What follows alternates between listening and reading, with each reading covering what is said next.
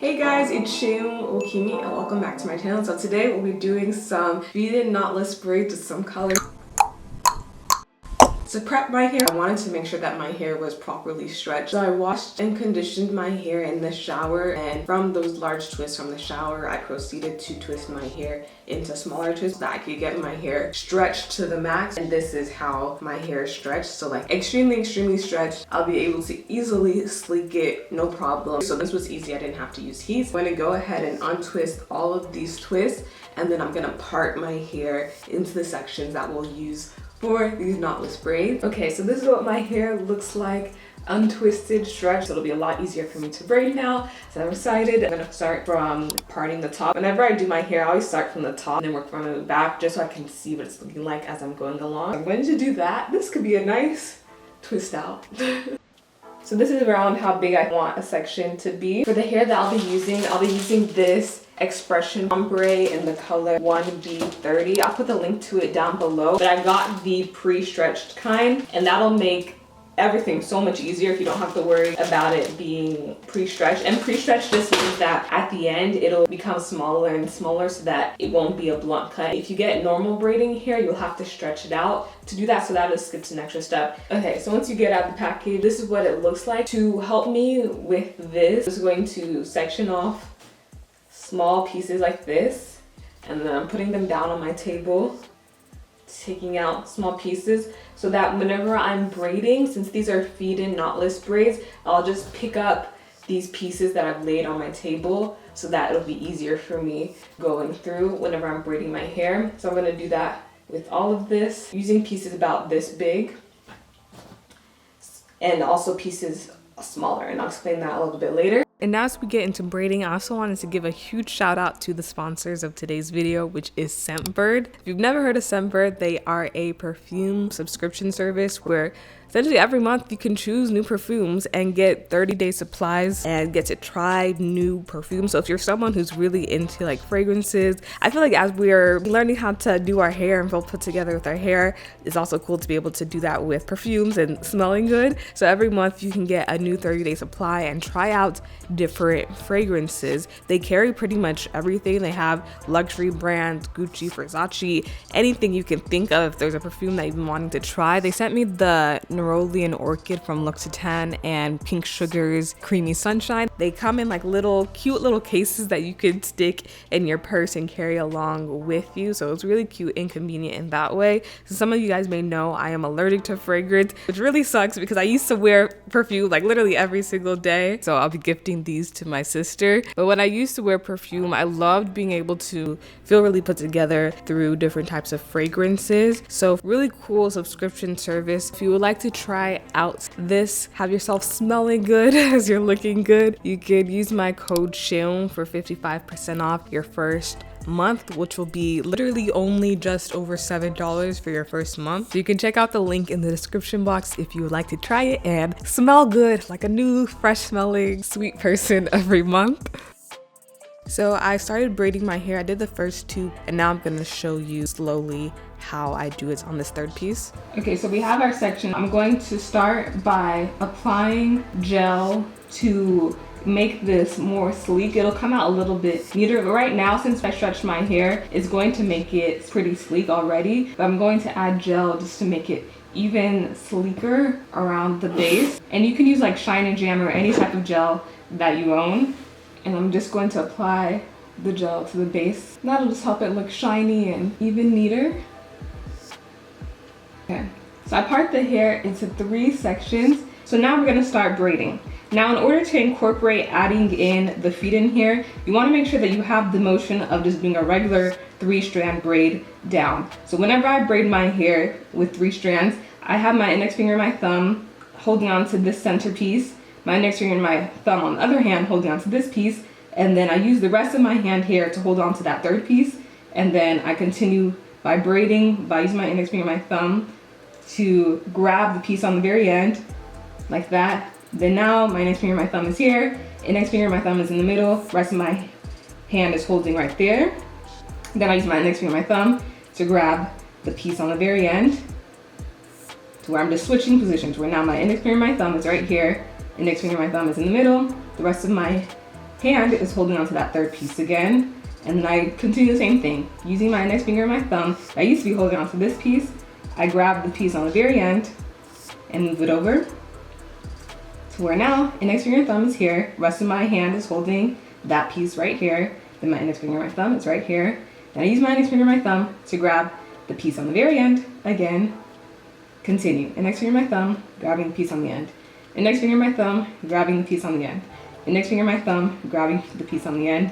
Index finger and thumb, grabbing the piece on the end. So that's how I braid my hair. So that's how you would do a normal braid. But now we are going to incorporate added hair, which is very, very simple. The process of adding hair to a knotless braid, in my opinion, is easier than adding hair if you're doing a normal braid with the knot. Whenever you're doing knotless, you are essentially going to braid your hair in the same exact way you would braid it without the added hair. So now that we've familiarized ourselves with the process of just doing a regular braid, we're going to now incorporate the added hair. So we're going to begin by just braiding our hair normally, index finger and thumb to grab the piece on the very end, index finger and thumb to grab the piece on the very end. Now, instead of just continuing, we're gonna go ahead and add the hair in right here. After we've braided it once, so we have our 3 pieces. For this first added piece of hair, I'm going to add it to this piece in the center and this piece on the far right. And I'm gonna add it in from the back. So grabbing a piece of hair that I've already sectioned off, this is why I said it makes it easier to section it off beforehand so that you can just pick it up from your table. I'm going to add this piece to these 2 strands from the back.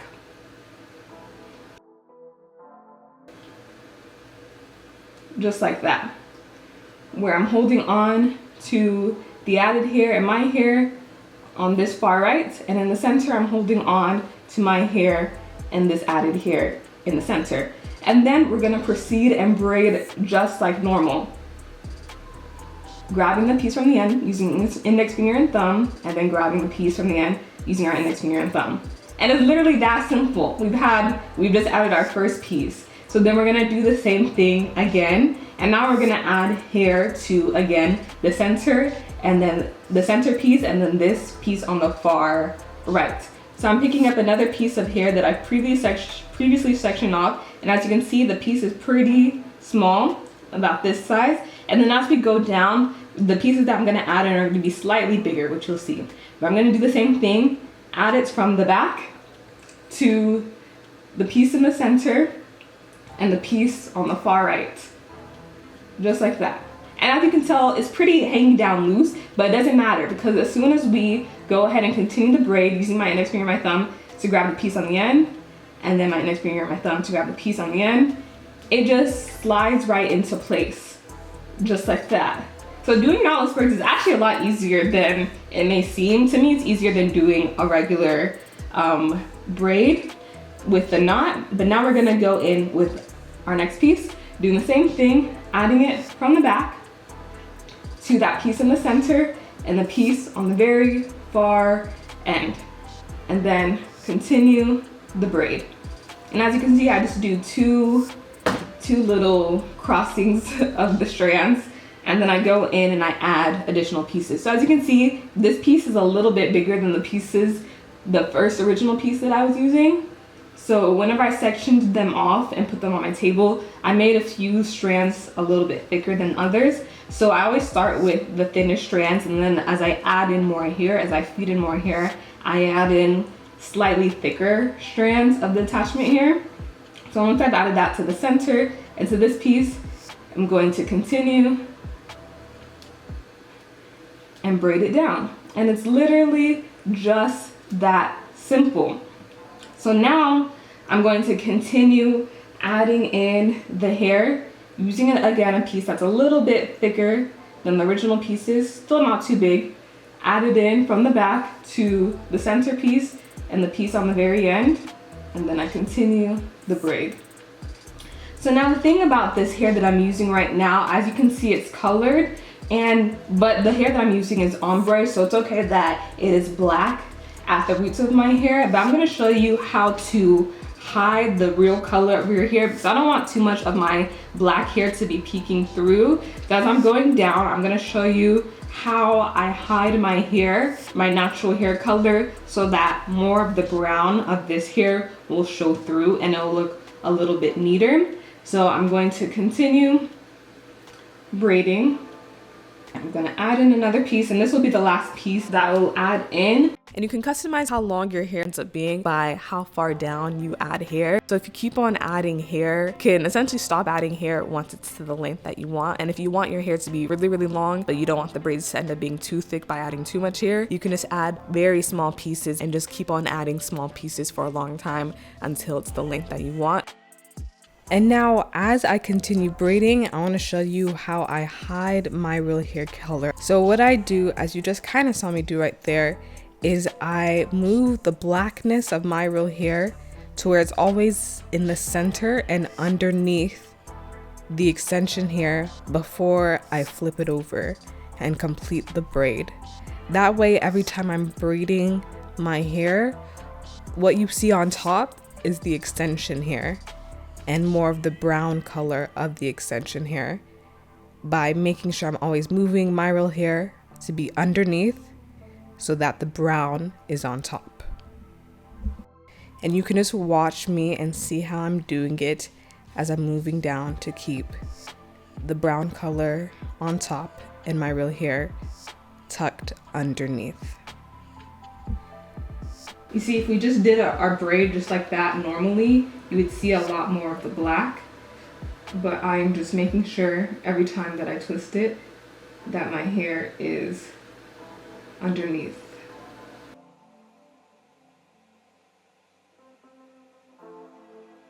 Just like that. And the good thing about this hair is that it's a 1B30, so it has a little bit of black in it. So if your natural hair color was to peek through and you aren't completely perfect, it will still be okay. Like, it'll still blend in, but we still wanna get as little of our real hair to show.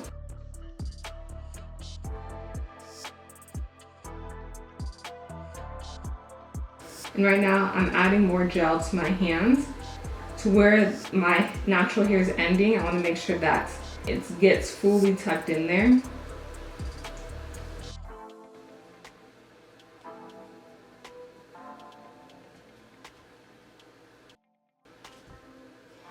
Bring it all the way down to the end, and as you can see, the ombre effect of the hair, you don't see my black hair.